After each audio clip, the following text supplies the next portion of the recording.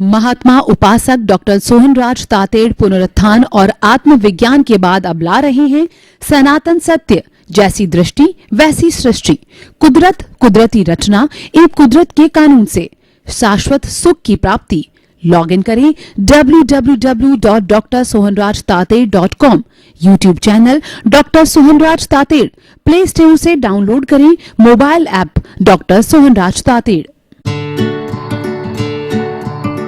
ओम ह्रीं नमो अरहंताणं, ओम ह्रीं नमो सिद्धाणं, ओम ह्रीं नमो आयर्याणं, ओम ह्रीं नमो उवज्झायाणं, ओम ह्रीं नमो लोये सव्वसाउणं, ऐसो पंच नमोकारो सव्वपावपणासनो,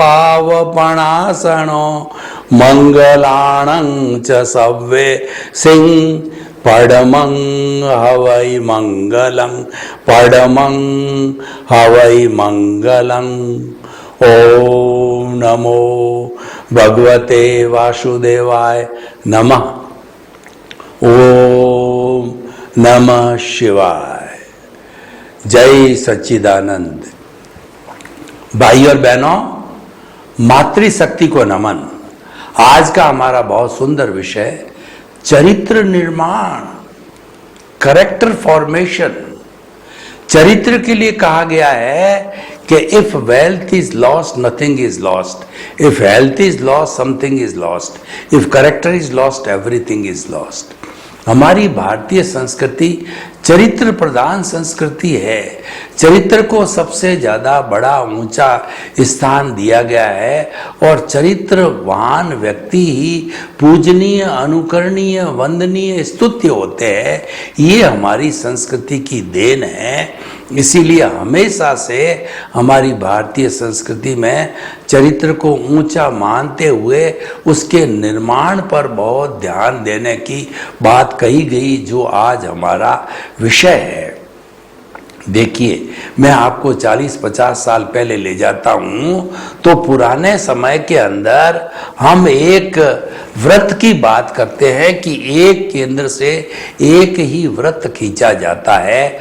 तो पुराने जमाने के अंदर केंद्र यानी सेंटर में चरित्रवान व्यक्ति, चरित्रशील, चरित्र की बातें, मूल्य, भारतीय संस्कृति के और मानवीय मूल्य, सांस्कृतिक मूल्य, सारे मूल्यों को स्थान था, उनको स्थान दिया जाता। तो परिधि जो खींची जाती थी उसके ऊपर हमारा जो है साधन, संबंध, सत्ता और जो हमारा धन, दौलत, संपत्ति जो है वह रहती थी। लेकिन जो है वो आज क्या हुआ, आज जो व्यक्ति लोभी हो गया है उसने धन दौलत को, परिधि को बहुत ज्यादा वक्त दिया। तो परिधि को वक्त देने के कारण जो है आज इंसान ने जो धन दौलत को केंद्र में ले आया और गुणी और गुणवान व्यक्ति को जो है परिधि पर डाल दिया। इसका अर्थ ये हुआ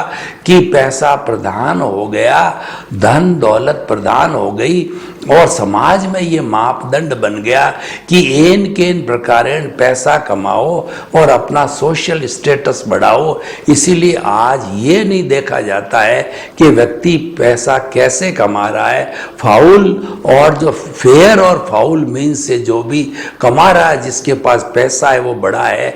समाज के अंदर जो हमारे समाज के गुरु है, आचार्य है, वो भी पैसे वाले को प्रथम पंक्ति के अंदर बिठाते हैं। यानी जो पैसा एक जो है सोशल स्टेटस बन गया, समाज का मापदंड बन गया और लोग उसकी ओर आकर्षित होने लगे। क्योंकि समाज कोई मूल्य स्थापित करता है तो वह एक तरीके से कानून रूप में बन जाता है और लोग उसी का पालन करते हैं। तो हमारी सारी संस्कृति उल्टी हो गई। परिधि है वो जो है वो केंद्र में आ गई, केंद्र चला गया परिधि में, मूल के अंदर भूल हो गई। यानी चरित्र निर्माण का कॉन्सेप्ट है वो धीरे धीरे गायब होने लगा।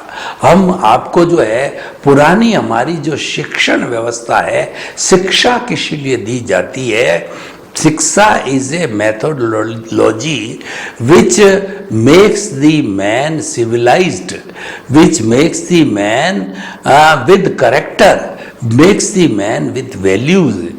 अगर शिक्षा न हो तो मनुष्य पशुवत बन जाएगा, क्योंकि शिक्षा के द्वारा ही मनुष्य मानवता को प्राप्त करता है, समाज के एथिक्स को सीखता है और मनुष्य के अंदर करुणा, दया, सहयोग, मूल्यों की संस्कृति आती है। वो सारा शिक्षा सिखाती है। तो इसीलिए पुराने जमाने के अंदर गुरुकुल व्यवस्था थी।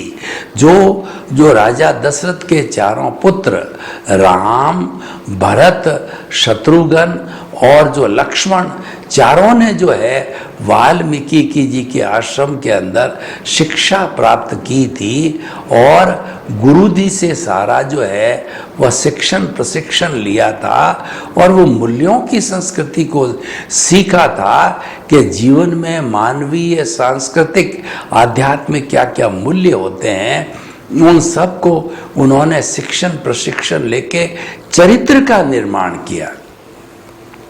चरित्र की जहाँ बात आती है वहाँ सारे मूल्य इकट्ठे होते हैं। जैसे जो व्यक्ति विनयशील होता है सारे गुण वहाँ आ जाते हैं। एक विनय जो है वो कई गुणों की खान होती है, तो सारे गुण हैं विनय के पीछे पीछे इकट्ठे हो जाते हैं। उसी तरीके से चरित्रवान व्यक्ति होता है, वहाँ पे सारे जो गुण हैं, अच्छे अच्छे गुण होते हैं, वह इकट्ठे आ जाते हैं।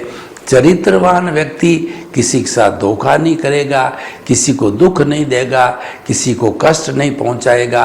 अगर वो भटक भी जाता है तो तुरंत जो है वो वापस प्रज्ञा उसको सही रास्ते ले आती, क्योंकि चरित्रवान बनने के साथ में प्रज्ञा जागृत हो जाती है।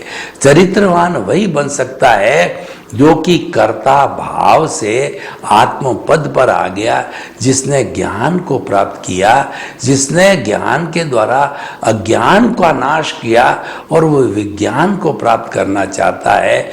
विज्ञान का अर्थ हो गया कि वो परमात्मा बनना चाहता है, उसकी ओर मुख कर दिया है, उसकी ओर सारी जो है प्रक्रिया जारी हो गई है। तो इसलिए भाई और बहनों, चरित्र निर्माण कैसे हो इसके बारे में हम बात करेंगे। गुरुकुल शिक्षा प्रणाली की हम बात कर रहे थे, तो गुरुकुल शिक्षा प्रणाली के अंदर जितने भी गुरुकुल थे वो जो सारा प्रकृति की गोद के अंदर हुआ करते थे। पहाड़ों की गोद के अंदर जहाँ हरियाली होती थी, उस हरियाली के अंदर गुरुओं के गुरुकुल हुआ करते थे। वहाँ पर चारों तरफ कलकल नदियाँ बहती थी और मोर नाचते थे और पक्षी चहचहाते थे। चारों तरफ ग्रीनरी थी और जो है वो पशु पक्षी जो है दहाड़ मारते थे और ऐसा लगता था कि उस प्रकृति को निहार के कि ईश्वर के दर्शन होते थे। और उस प्रकृति की गोद में रह करके विद्यार्थी जो है वह सारा श्रम और श्रम की संस्कृति को अपनाता था। सब काम हाथ से किया जाता था। सम का मतलब वो समता भाव, उनको उसका शिक्षण प्रशिक्षण दिया जाता था।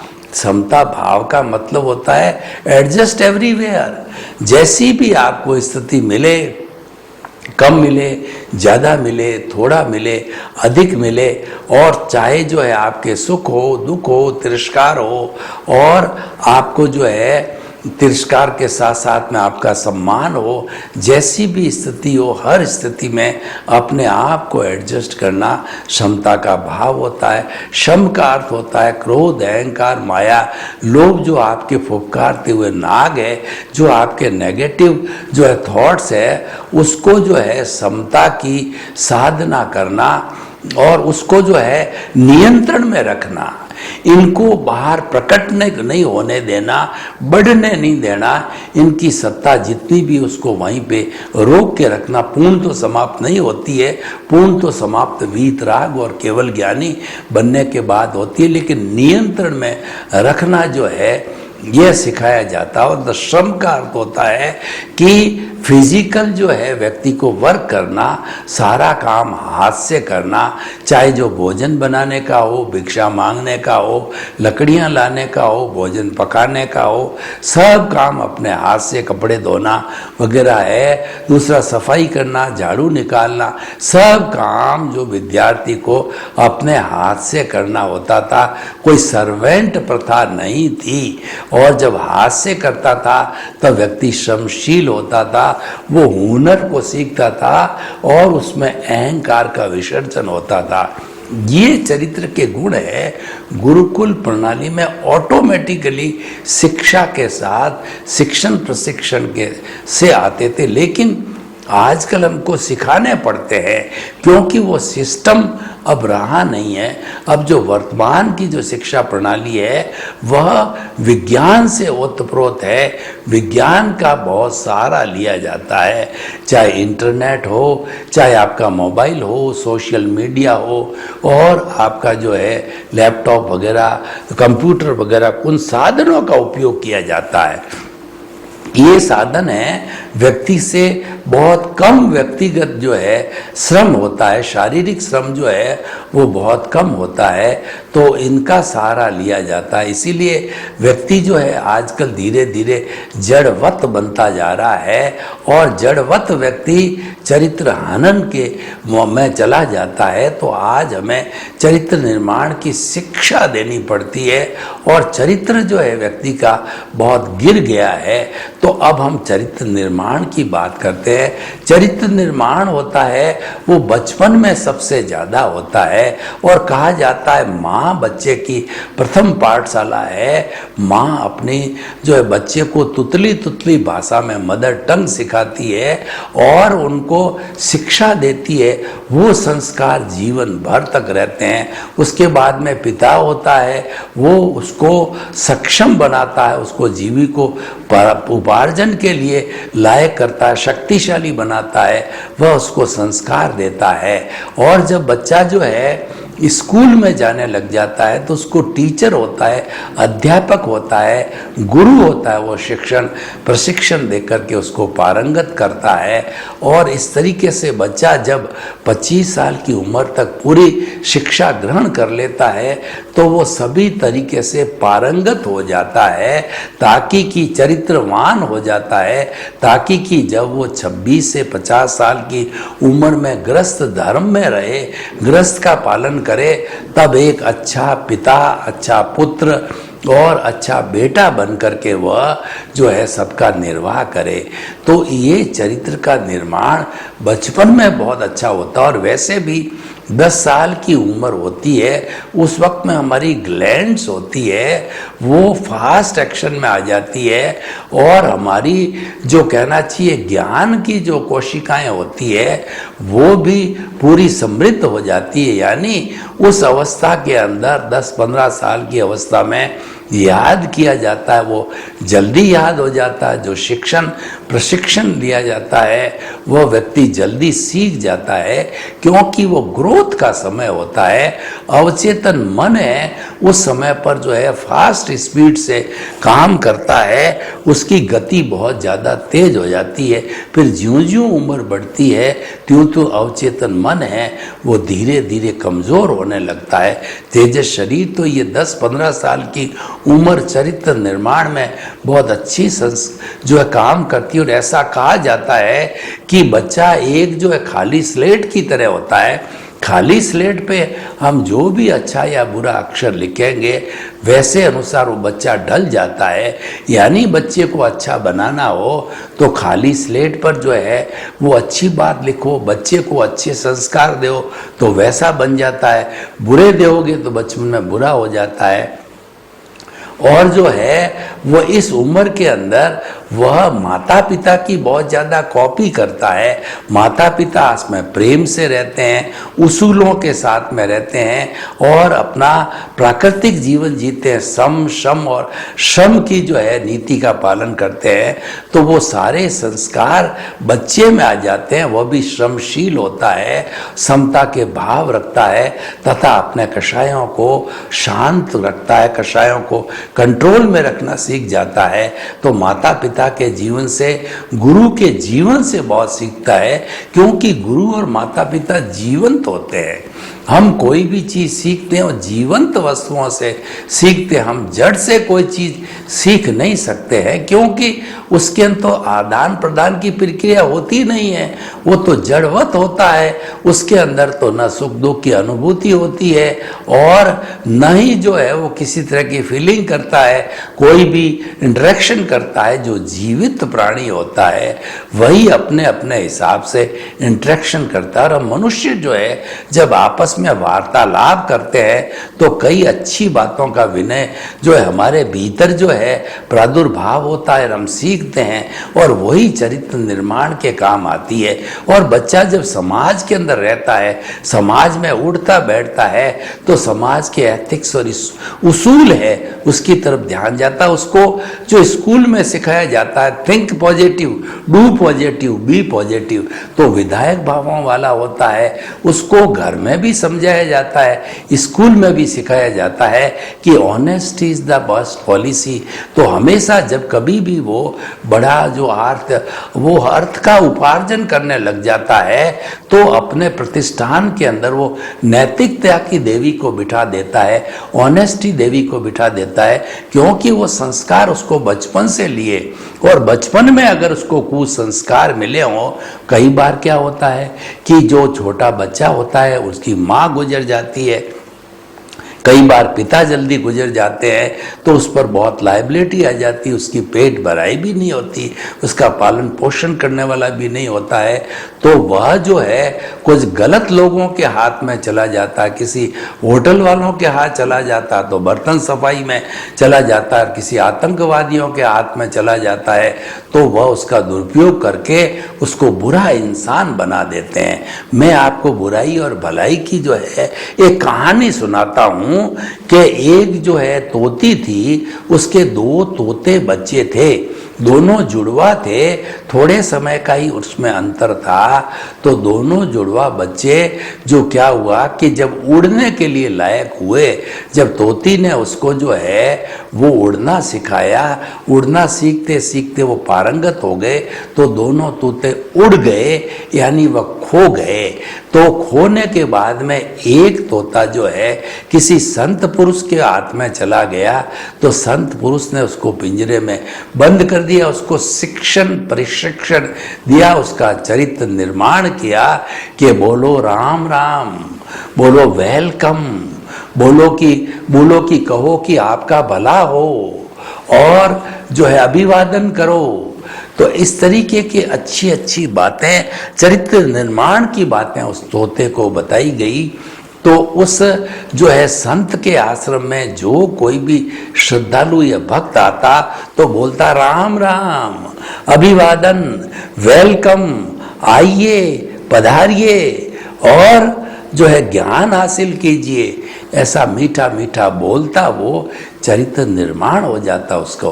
अब दूसरा तोता है, एक डाकू के हाथ में चला गया, डाकू ने उसको पिंजरे में बंद कर दिया और डाकू लोग तो लूटो पीटो मारो इस तरीके की बात करते हैं।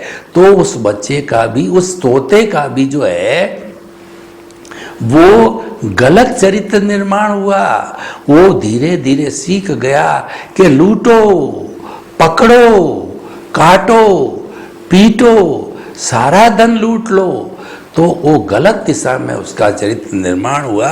कोई भी व्यक्ति, और वैसे तो डाकुओं की गुफा में डर के मारे कौन जाता, लेकिन फिर भी वो है, कोई आता तो बोलता लूटो, पीटो, मारो, काटो, यानी गलत निर्माण की दिशा में चल गया। उसको संस्कार गलत मिले तो वह गलत बन गया। तो देखिए, चरित्र निर्माण उसको निमित्त कैसे मिलते हैं उस पर निर्भर करता है।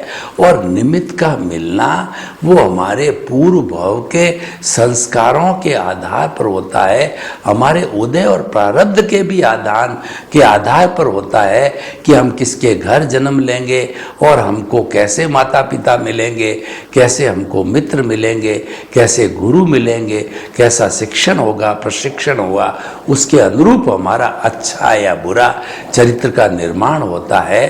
तो ये दोनों ही अवस्था होती है, खुद का पुरुषार्थ भी होता है, निमित्त का योग भी होता है। सब बातें मिलकर के व्यक्ति को अच्छा चरित्र या बुरा चरित्र का निर्माण करते हैं। तो बुरे के निर्माण में तो कुछ करना होता ही नहीं है, क्यों? बुराइयां तो हमारे भीतर में ऑलरेडी पड़ी हुई है।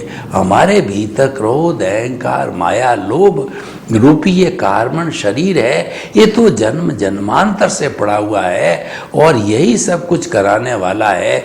उदय प्रारब्ध इसी का ही होता है।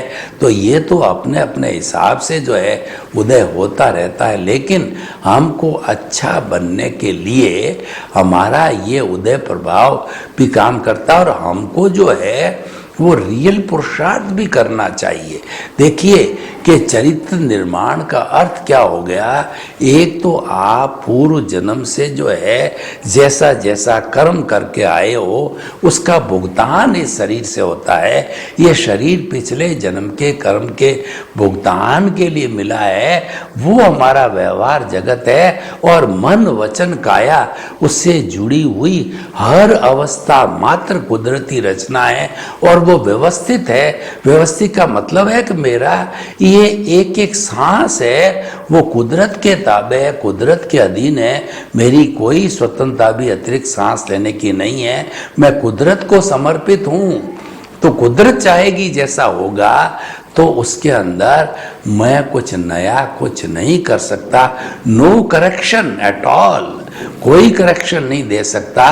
तो ये स्थिति तो हमारे हिसाब की है, लेकिन ये तो एक पार्ट हुआ, ये तो भुगतान हुआ जिसको हम डिस्चार्ज कहते हैं। जैसी बैटरियां चार्ज करके मन वचन काया की लाए थे वो वापस जो है वो डिस्चार्ज होती रहेगी। लेकिन हमारे क्रम दो चलते हैं। एक क्रम चलता है चार्ज करने का क्रम। तो चार्ज करने के क्रम में अगर हमको चरित्र का निर्माण करना है, हमारा भाग्योदय है, हमारा पुण्योदय है, तो हमको ज्ञानी पुरुष मिल गए, हमको सुगुरु मिल गए। तो उन्होंने हमको ज्ञान दिया। ज्ञान दे के क्या किया कि हमारा अनंतानुबंधी जो कषाय था, दर्शन मौनीय को भस्मीभूत किया।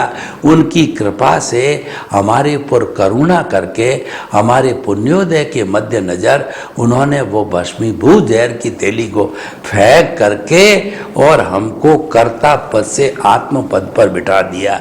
हमारा पद बदल दिया। पद बदलते हमको ज्ञान आ गया, हम आत्मानुमुखी हो गए। हमने जो है वो अपनी जो है ऑनरशिप डूअरशिप को छोड़ दिया, ब्लेम और क्लेम को छोड़ दिया। तो कर्ता पद से आत्म पद आने पर हम रियल पुरुषार्थ में आ गए। हमारा जो है वह रियल पुरुषार्थ आत्मोन्मुखी हो गया।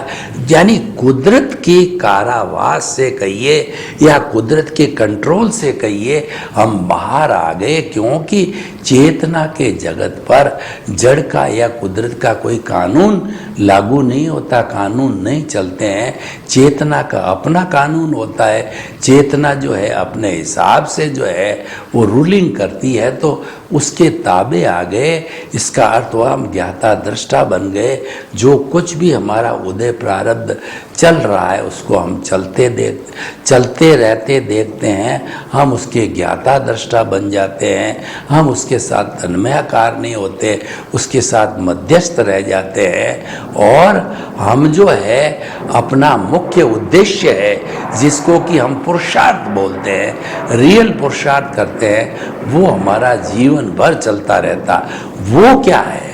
वो ये है कि मन वचन काया, जो कि हमारे, अगर मैं एक लाइन खींचता हूँ, बोल्डर लाइन खींचता हूँ, उस बोल्डर लाइन के नीचे हमारा व्यवहार जगत है, मन वचन काया का जगत है। तो मन वचन काया से मुक्त जो हमारा ऊपरी संसार है, वह जो कि हमारा जो दृष्टि विज्ञान है, हमने अपनी दिशा नीचे से ऊपर की ओर बदल दी। यानी हमने जो है जैसी दृष्टि वैसी सृष्टि कर दी। हमने दिशा बदल दी तो हमारी दशा बदल दी, हमने नज़र बदल दी, हमारा नज़रिया बदल दिया, हम दृष्टि विज्ञान पे आ गए, ज्ञाता दृष्टा बन करके आ गए।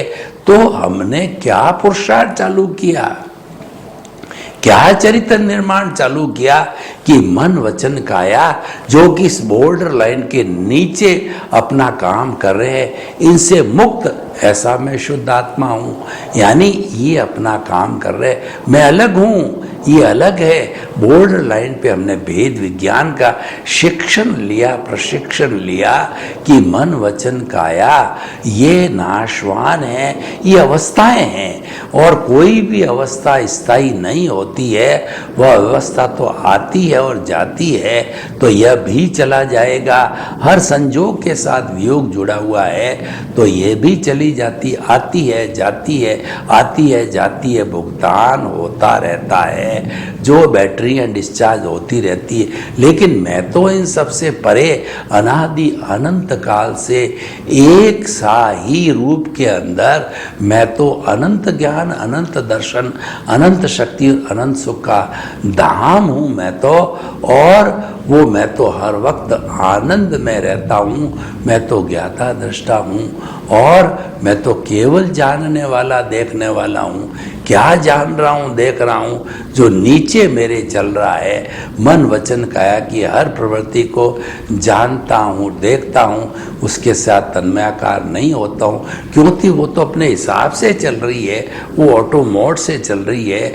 मेरा जो है उसके ऊपर कोई प्रभाव, नियंत्रण, कोई कंट्रोल नहीं है, मैं कर भी नहीं सकता। तो इसीलिए मैं तो अपने मस्त भावों के अंदर कॉजेस डालने बंद हो गए। जब हम तन्मयाकार नहीं होते हैं, जब हम सीट बदल देते हैं, सबसे बड़ा महत्व क्या है कि वह आपकी जड़ से चेतन पे आ गए। आप जो है कर्ता भाव जो कि जड़ अवस्था थी, उससे आत्म पद पर आ गए, तो बहुत बड़ा परिवर्तन, बड़ा प्रमोशन हो गया आपका। तो वो होने से आपकी चिंतन धारा सारी जो है चेतना से जुड़ गई और चेतना विकासशील होती। यानी आप आत्म पद पर बैठते ही आत्मा की जो भाव सत्ता है, प्रज्ञा जागृत हो गई, आप प्रज्ञा चक्षु बन गए और आप जो है स्थित प्रज्ञ बन गए। तो आप जब कभी भी जो नीचे चल रहा है, मान लो मन वचन काया, राग द्वेष का संसार चल रहा है और उसका बहुत जोरदार प्रभाव है, तो उसके प्रभाव से कई बार आप भटक गए, तो आपको जो प्रज्ञा है उस भटकाव से तुरंत जो है आपको सही रास्ते पर ला करके और आपको जो है यह संकेत देगी कि तुम अपनी स्थिति में अवस्थित हो। तुम्हें कर्ता पद की ओर नहीं जाना है, राग द्वेष की ओर नहीं जाना है। तुम तो मन वचन काया से मुक्त हो और तुम तो शुद्ध आत्मा हो, उसमें रखती। और हम हरि अनंत, हरि कथा अनंत दूसरी बातों में लग जाते हैं कि मेरा आत्मा कैसा है, वो अजर है, वो अमर है, वो विनाशी है, उसका रंग नहीं, गंध नहीं, वर्ण नहीं, वो जलती नहीं, वो कटती नहीं, वो मरती नहीं है, वो तो शाश्वत सुख वाला है। तो हम आत्मा अपने स्वरूप को प्राप्त करने लग जाते हैं स्नेह स्नेह। और जो ही हमने स्वरूप की प्राप्ति की तो हमारी प्रीति थी तो 100% है ही है। जागृति 15% से बढ़ गई तो अनुभव भी 2% से बढ़ता जाएगा। और अगर हम इस दिशा के अंदर काम करते रहेंगे तो अनुभव हमारा 100% भी हो सकता है। वो सबसे बड़ा चरित्र निर्माण का कार्य है। जीवन का सबसे बड़ा चरित्र निर्माण है केवल दर्शन की प्राप्ति करना, और ये एक बार अगर निर्माण हो जाता है तो जीवन में कुछ भी करना शेष नहीं रहता है। फिर नेक्स्ट बर्थ में उसका रिजल्ट मिलता है, वो केवल ज्ञान के रूप में होता है। केवल ज्ञानी वह होता है जो इस औदारिक शरीर के अंदर जीता जागता भगवान बन जाता है, भगवान स्वरूप हो जाता है। इसीलिए तो ये शरीर जो है उत्कृष्ट माना जाता है। इस शरीर वाला ही केवल ज्ञान बन सकता है और वो भगवान बन सकता है। सर्वे भवन्तु सुखिनः, सर्वे सन्तु निरामया। लोक के सब जीवों को सुख मिले, शांति मिले, आनंद मिले, प्रेम मिले, सौहार्द मिले। हम आपसे करबद्ध निवेदन करते हैं कि सनातन सत्य कुदरत, कुदरती रचना और कुदरत के कानून पर आधारित है। ये आपको शाश्वत सुख की नींव लगाता है, तो आप अवश्य ही इसको सुन करके नींव लगाइए। आपके प्रति मंगल भावना। ओम शांति, ओम शांति। महात्मा उपासक डॉक्टर सोहनराज तातेड़ पुनरुत्थान और आत्मविज्ञान के बाद अब ला रहे हैं सनातन सत्य, जैसी दृष्टि वैसी सृष्टि, कुदरत, कुदरती रचना एवं कुदरत के कानून से शाश्वत सुख की प्राप्ति। लॉग इन करें www.drsohanrajtated.com, YouTube channel doctor Sohanraj Tated, play store से डाउनलोड करें mobile app doctor Sohanraj Tated.